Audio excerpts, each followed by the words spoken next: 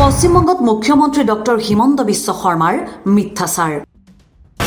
1 লাখ নিযুক্তির সন্দর্ভত মিথ্যাচারত লিপ্ত বহুবলকী মুখ্যমন্ত্রী সরকারের এবছরতে হয়েছিল নে 1 লাখ নিযুক্তি রাজ্যত 1 লাখ সরকারি নিযুক্তি লৈ কিমান দিন রাজ্যত 1 লাখ সরকারি নিযুক্তি সন্দর্ভত চরম মিথ্যাচারত লিপ্ত হয়েছে মুখ্যমন্ত্রী ডক্টর হিমন্ত বিশ্ব শর্মা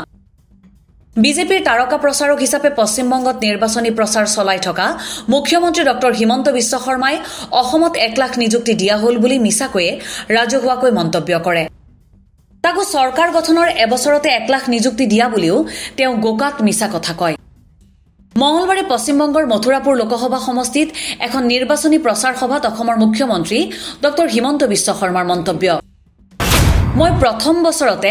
1 লাখ লোকক চৰকাৰী চাকৰি দিওঁ हमारा असम में बीजेपी का सरकार आया मोदी जी ने मुझको बोला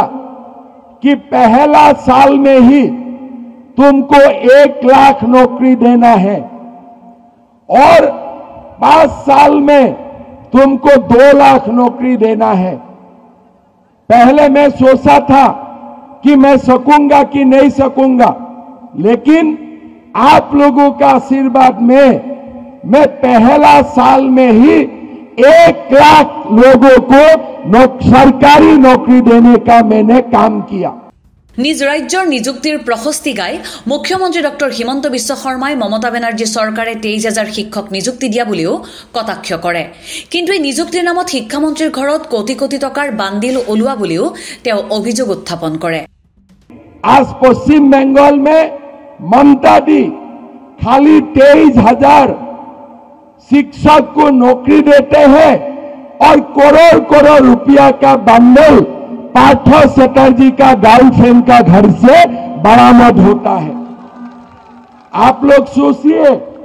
शिक्षा मंत्री है, देश को शिक्षा देना है, लेकिन उनका मकान में उनका घर में नोटों का पहाड़ होते हैं। আনহাতে ডক্টৰ হিমন্ত বিশ্ব শৰ্মাৰ এনে মন্তব্যৰ পাছত প্ৰশ্ন হয় অসমত 1 লাখ সৰকাৰী নিযুক্তি হলনে তাকো ডক্টৰ হিমন্ত বিশ্ব শৰ্মা সৰকাৰৰ প্ৰথম বছৰতে 1 লাখ নিযুক্তি সম্পূৰ্ণ হলনে উত্তৰ নাই হোৱা যোৱা 10 মেত ৰাজ্য চৰকাৰখনে 3 বছৰত ভৰি দিলে যদিও 1 লাখ নিযুক্তি সম্পূৰ্ণ কৰিব পৰা নাই অৰ্থাৎ মুখ্যমন্ত্ৰী ডক্টৰ হিমন্ত বিশ্ব শৰ্মাই 1 লাখ নিযুক্তিৰ প্ৰতিশ্ৰুতি পূৰণ কৰিব নোৱাৰিলে যোৱা 5 মাৰ্চলৈকে ৰাজ্য চৰকাৰখনে বিভিন্ন বিভাগত নিযুক্তি দিছে 97,078 গৰাকী এয়া ৰাজ্য চৰকাৰে নিজে বিজ্ঞাপন যোগে প্ৰকাশ কৰা তথ্য যোৱা 5 মাৰ্চত ৰাজ্য চৰকাৰৰ ৰূপান্তৰ আৰু উন্নয়ন বিভাগৰ অধীনত 25 গৰাকী প্ৰাৰ্থীক নিযুক্তি পত্ৰ প্ৰদান কৰা হয় খানাপাৰাৰ অসম প্ৰশাসনীয় পদাধিকাৰী মহাবিদ্যালয়ত এক অনুষ্ঠানত এই নিযুক্তি পত্ৰ প্ৰদান কৰে তদানীন্তন মুখ্য সচিব পৱন কুমাৰ বৰঠাকুৰে ইফালে উক্ত দিনটোতে মুখ্যমন্ত্ৰী ডক্টৰ হিমন্ত বিশ্ব শৰ্মাই বজালিৰ পাঠশালাৰ চৌখুটিত এক চৰকাৰী অনুষ্ঠানত অংশ লৈ 1 লাখ নিযুক্তিৰ প্ৰসংগ উত্থাপন কৰে মুখ্যমন্ত্ৰীয়ে নিজৰ ভাষণত কয় 97,000 চাকৰি হৈ গল 3,000 চাকৰি দিলেই মোৰ দায়িত্ব শেষ 97,000 চাকৰি হৈ গল আৰু 3,000 চাকৰি দিলেই মোৰ দায়িত্ব শেষ হয় কিন্তু মই সিদ্ধান্ত লৈছো যে যেতিয়ালৈকে অসমত নিবনুৱা যুৱক যুৱতী থাকিব আমাৰ দায়িত্ব কেতিয়াও শেষ হ'ব নোৱাৰে আৰু সেই কাৰণে এই 1 লাখ চাকৰি সম্পূৰ্ণ হোৱাৰ লগে লগে আৰু 35,000 চাকৰিৰ বিজ্ঞাপন আমি মুকলি কৰি দিছো যে আৰু 35,000 ল'ৰা ছোৱালীয়ে চৰকাৰী চাকৰি পাব মুখ্যমন্ত্ৰী ডক্টৰ হিমন্ত বিশ্ব শৰ্মাই নিজেই এই ঘোষণা কৰাৰ লগতে বিজ্ঞাপন যোগে প্ৰকাশ কৰিছিল 1 লাখ নিযুক্তি সম্বন্ধীয় তথ্য